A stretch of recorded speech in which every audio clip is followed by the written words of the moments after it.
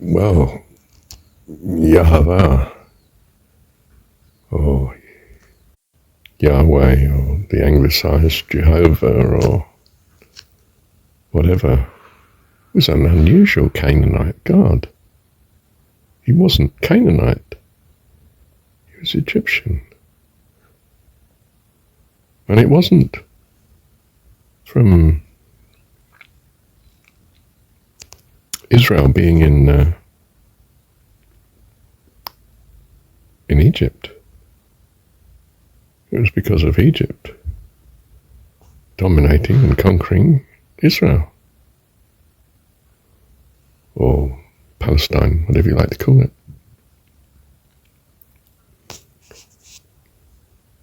So they very wisely included Egyptian god.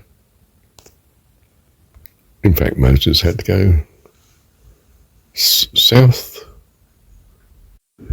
Is it Midian? To find him. It's saying that, this god comes from Egypt.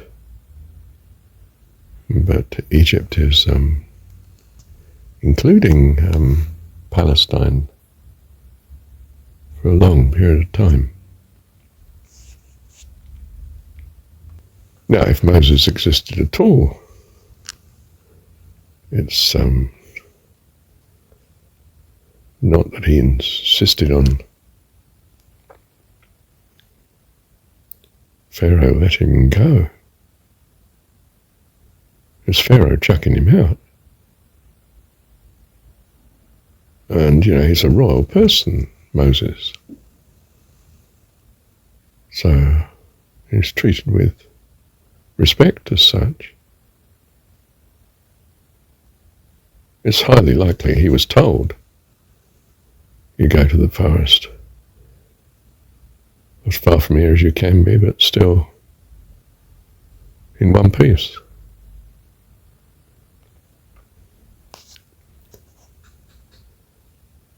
And he may have taken quite a following with him.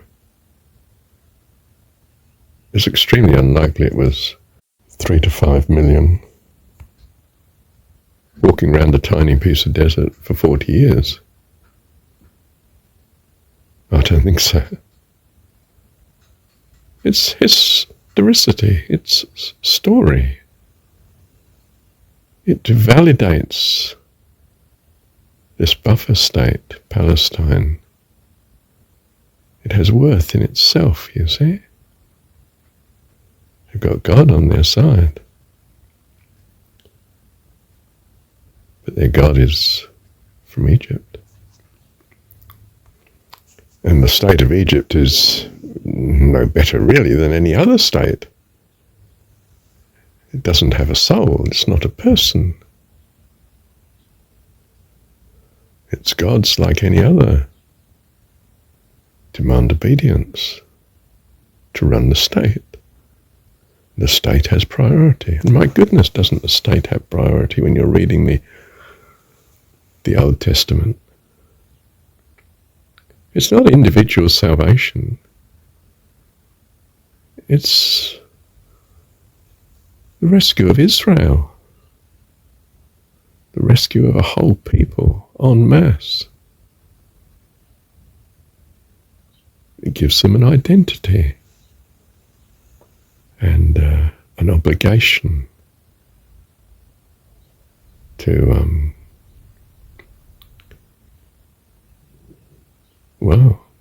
really worship the state under the guise of God who's got this as his priority. He hasn't. States like churches don't go to heaven. None of them. It's individuals. And any genuine spirituality, whether it's from Egypt or anywhere else, will know that this is the case. Because to be genuine spiritually, you have to know God. The modern world tries to be spiritual and trust that there is no God. You end up with no assurance.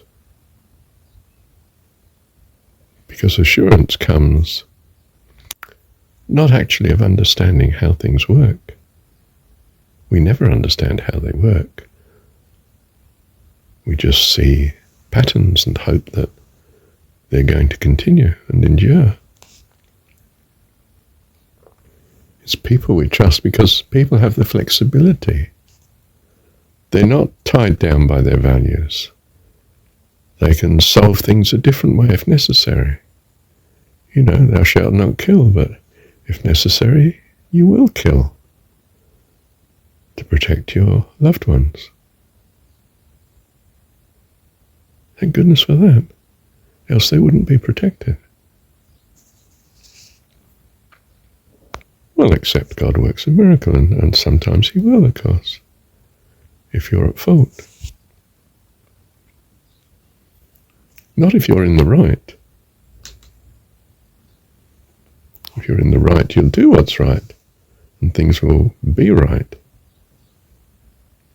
Well, unless he wants to point out to you just how wicked some people are. The world is very realistic. You know, when it comes to states fighting other states, nobody thought the Assyrian was going to be someone you could negotiate with. You didn't say, well, let's invite him to tea, since we can't do anything else about him. You're just terrified of him. Unless you think you can beat him. Which they couldn't.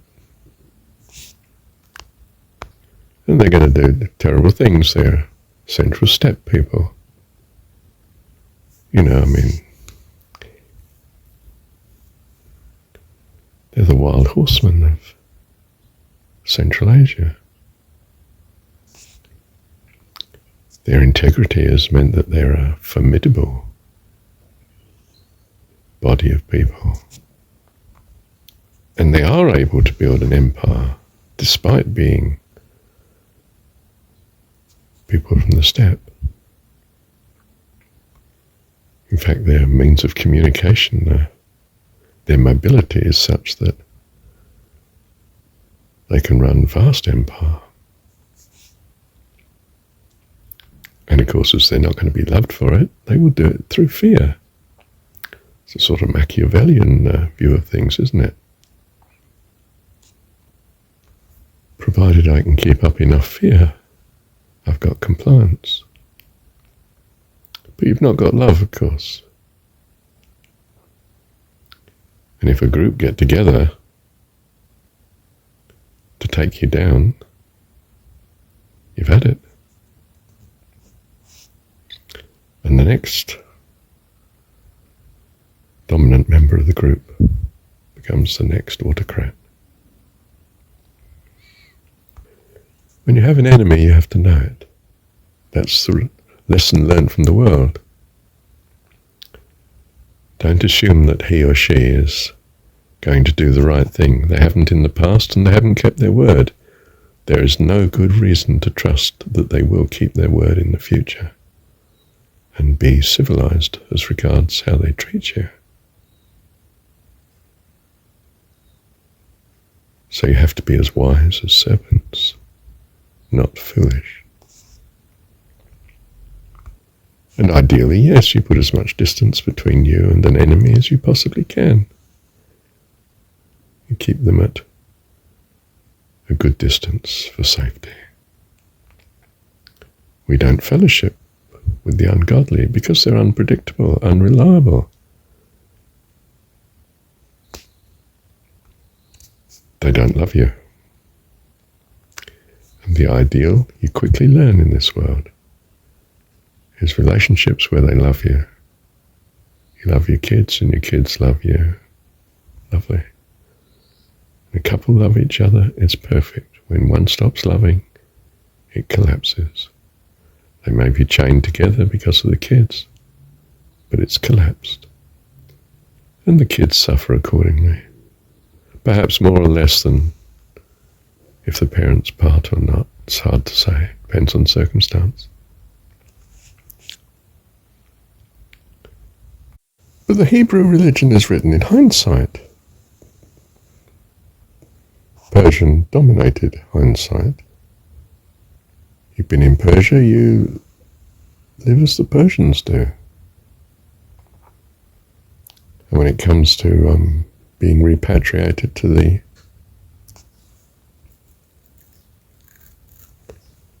Palestine, probably don't want to go. They've got their professions and their jobs. They're an elite anyway, and they've moved and they're part of the bureaucracy, the sort of important class. They don't want to go. And those that do go, take a Persian version of Yahweh with them.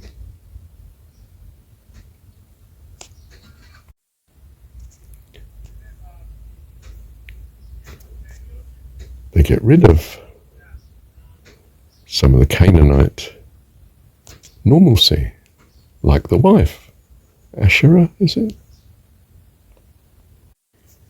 I mean, to have one God, you have to get down to something like 400 and something BC. Before, well, they're still complaining about, women in the country having shrines to Asherah. I think it's Asherah. Female god anyway, typical Canaanite. Of course, that's who they are, they're Canaanite. They are not from Ur of the Chaldees. They are from Canaan. They've been in Tigris, Euphrates, Persian region, yes. And they bring it back with them. Upgrade the god. Suppose that Hezekiah finds a book of the law in the ruins of the temple. What a coincidence. What good fortune. How unlikely. What an absolute make-believe. They wrote it. And all the people said, Amen. Why? Because they're Persian influenced. Well, those that were in the crowd anyway. Those that weren't, well, it took, in the time of Jesus, it wasn't a Judaic state. Especially Galilee, but not even Judea. These people have had several gods for thousands of years. Something crazy like 270 or so gods that can be identified as Canaanite. Just like Constantine, you see later, this make-believe is in the interest of the state, the power elite.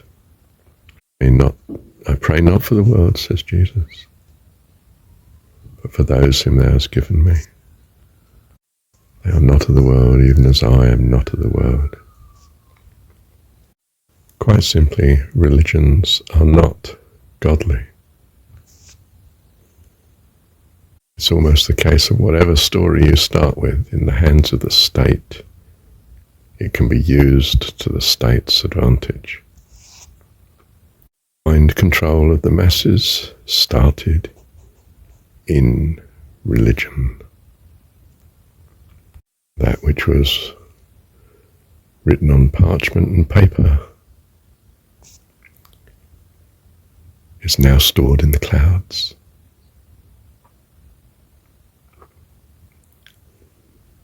Pollution like the air we breathe. But the story, that's different. Well, before it got edited and meddled with, of course, but I'm come that you might have life, might have life. more abundantly, life eternal. Thank you, Heavenly Dad. Thank you, Dad. Well, if you really want to get into tracing Yahweh's evolution through time, look at Nicholas Allen's YouTube rendering. It's titled Yahweh, the Plagiarized Pagan God. And that says it all and much better than me. Bless you. Thank you, Heavenly Dad. Oh, yes, Moses goes down to Midian, doesn't he? That's where he flees to, really, and finds himself a wife and a burning bush, of course. Thank you, Heavenly Dad.